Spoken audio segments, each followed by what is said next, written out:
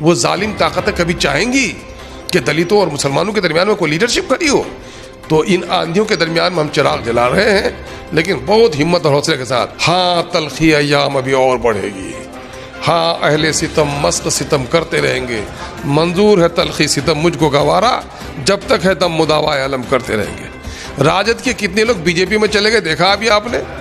कांग्रेस के जो लोग वजीर आला बन के रहे वो बीजेपी में चले गए देखा आपने? कांग्रेस की दर्जनों की टीम टूटकर चली गई और बीजेपी की हुकूमत बना दी देखा आपने उसको? समाजवादी के कितने लोग बीजेपी में चले गए देखा आपने उसको? तो इनको कुछ नहीं कहेंगे आप? अरे हमने तो संगलाख जमीन में खेती की है, कुछ पौधे मरेंगे कुछ पौधे जिएंगे और उसी जमीन को सींच कर हम बेहतर से बेहतर बनाएंगे। कि बैरिस्टर असदुद्दीन अवैसी साहब के आने के बाद बिहार में मुस्लिम क़यादत ने अंगड़ाई ली है और अब तक MIM के टिकट पर 6 लोग असेंबली में पहुंच गए। ये अजीब बात है कि फानूस बनकर जिसकी हिफाजत हवा करे वो शम्मा क्या बुझे जिसे रोशन खुदा करे। देखो ये दुनिया मकर फरेब की दुनिया। अल्लाह ने इस दुनिया में आदम को भी भेजा और इब्लीस को भी। ये दोनों अपना काम करते रहेंगे। आदम भी अपने काम में लगे हुए, इब्लीस भी अपने काम में लगे हुए हैं। धोखा किसने नहीं दिया? मैं धोखा। गरीब का बच्चा फिसल जाए तो अंदाज अलग होता है टोकने का। अमीर का बच्चा फिसल जाए तो बाबू फिसल गया। गरीब का बच्चा फिसल गया तो चलने का ढंग नहीं इल्जाम लगाते हैं। कि सर उठा के जीने का हौसला पैदा करो। गर्दन झुकाकर जो कौम जीती है उसकी नस्लों से गुलाम जन्म लेता है। गुलाम जिंदगी नहीं जीता, वो दूसरों की बंदगी करता है। दिल्ली आना मना है क्या? दिल्ली दिलवालों का शहर है।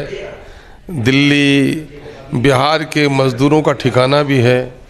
बिहार के हौसलामंद नौजवानों के जंग लड़ने की जगह भी है और बड़े मकसद से लोग आते हैं। मैं इस वक्त दिल्ली आया हूँ अपने उन परदेसी भाइयों से मिलने के लिए जिनका ताल्लुक़ बिहार और सीमांचल से है।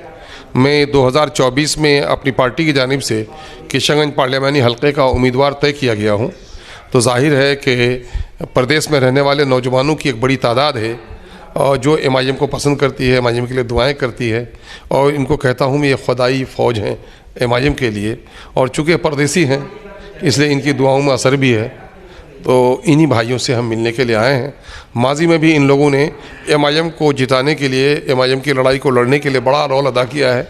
उनका हम शुक्रिया भी अदा करते हैं और 2024 के जंग में वो पूरे तौर पर साथ दें उसकी गुजारिश करने आए हैं।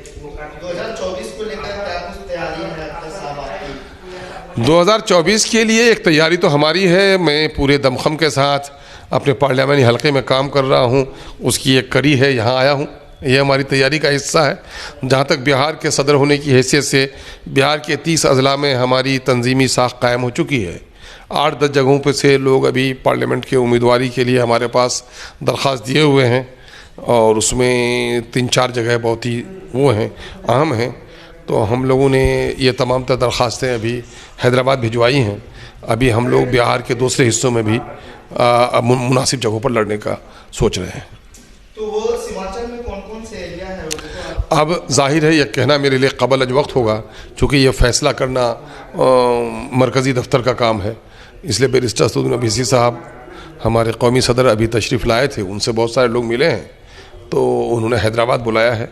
अब जो बात तय हो जाएगी इंशाल्लाह उस पर हम लोग आगे खबर देंगे। भीड़ होती है, वोट में तब्दील नहीं हो पाता है। ये रवायती जुमला है। बिहार की 75 साल तारीख़ देख उठा गई। यहाँ जादव भाइयों की जमात बन गई, हमारे अगरी जाति के भाइयों की, ब्राह्मण भाइयों की, राजपूत भाइयों की, पहले से भी सियासी भूमिहार भाइयों की सियासी ताकत पहले से भी थी। पिछड़ों में जादव खड़े हुए, जादव की जमात खड़ी हो गई। दलितों में मांझी खड़े हो गए, मांझी की जमात खड़ी हो गई। मल्लाहों की जमात मुखिया सहनी ने खड़ी कर दी। पासबान साहब ने पासबानों की ये ताकत खड़ी कर दी। और इन 75 सालों में मुस्लिम क़यादत कहीं नहीं थी। और कौन लोग कहते हैं कि भीड़? अरे ये पहली तारीख़ है कि बैरिस्टर असदुद्दीन अवैसी साहब के आने के बाद बिहार में मुस्लिम क़यादत ने अंगड़ाई ली है और अब तक MIM के टिकट पर 6 लोग असेंबली में पहुंच गए। ये अजीब बात है, ये अजीब बात है। धोखा भी तो दे देते हैं। धोखा कि देखो ये दुनिया मकर फरेब की दुनिया। अल्लाह ने इस दुनिया में आदम को भी भेजा और इब्लीस को भी। ये दोनों अपना काम करते रहेंगे, है ना? आदम भी अपने काम में लगे हुए हैं, इब्लीस भी अपने काम में लगे हुए हैं। धोखा किसने नहीं दिया? मैं धोखा। गरीब का बच्चा फिसल जाए तो अंदाज अलग होता है टोकने का, अमीर का बच्चा फिसल जाए तो बाबू फिसल गया, गरीब का बच्चा फिसल गया तो चलने का ढंग नहीं इल्ज़ाम लगाते हैं। राजद के कितने लोग बीजेपी में चले गए देखा अभी आपने?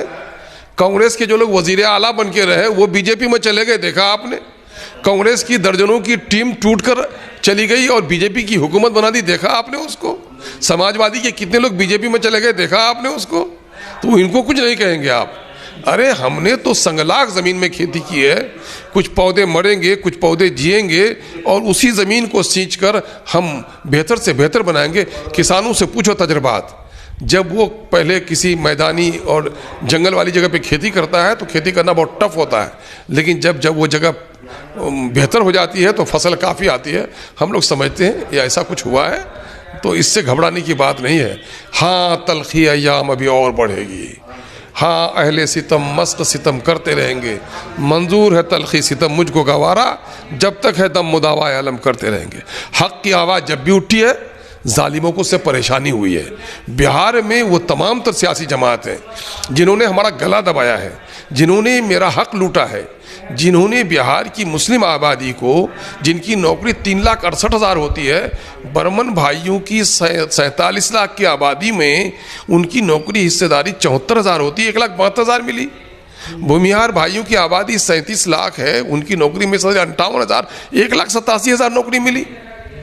कुर्मी भाइयों की आबादी 37 लाख, 58,000 हिस्सा, 1,19,000 नौकरी मिली। जादव भाइयों की 2,92,000, 2,90,000 मिली। और इसमें दो तबका है, एससी का तबका जिनकी आबादी 2,56,00,000, उनकी नौकरी में हिस्सेदारी होती है 4,11,000, उनको 2,91,000 नौकरी। और मुसलमानों की आबादी 2,31,00,000, जिनकी नौकरी में हिस्सेदारी होती है 3,68,000, उनको मिली 1,73,000। 1,95,000 नौकरी मुसलमानों की और 1 लाख से ज़्यादा नौकरी शेड्यूल कास्ट की, जिसने बर्बाद कर दी। वो जालिम ताकतें कभी चाहेंगी कि दलितों और मुसलमानों के दरमियान में कोई लीडरशिप खड़ी हो? तो इन आंधियों के दरमियान में हम चिराग जला रहे हैं, लेकिन बहुत हिम्मत और हौसले के साथ अपने चिराग के फानूस बनकर जिसकी हिफाजत हवा करे, वो शम्मा क्या बुझे जिसे रोशन खुदा करे। आखिरी में सीमांचल के लोगों से कुछ अपील करो। सीमांचल के लोगों से कहते हैं कि सर उठा के जीने का हौसला पैदा करो। गर्दन झुकाकर जो कौम जीती है उसकी नस्लों से गुलाम जन्म लेता है। गुलाम जिंदगी नहीं जीता, वो दूसरों की बंदगी करता है। और सर उठा के जियो, गर्दनें कटेंगी भी तो तुम्हारी नस्लों से सरदार जन्म लेगा, और सरदार सर झुका कर नहीं जीता।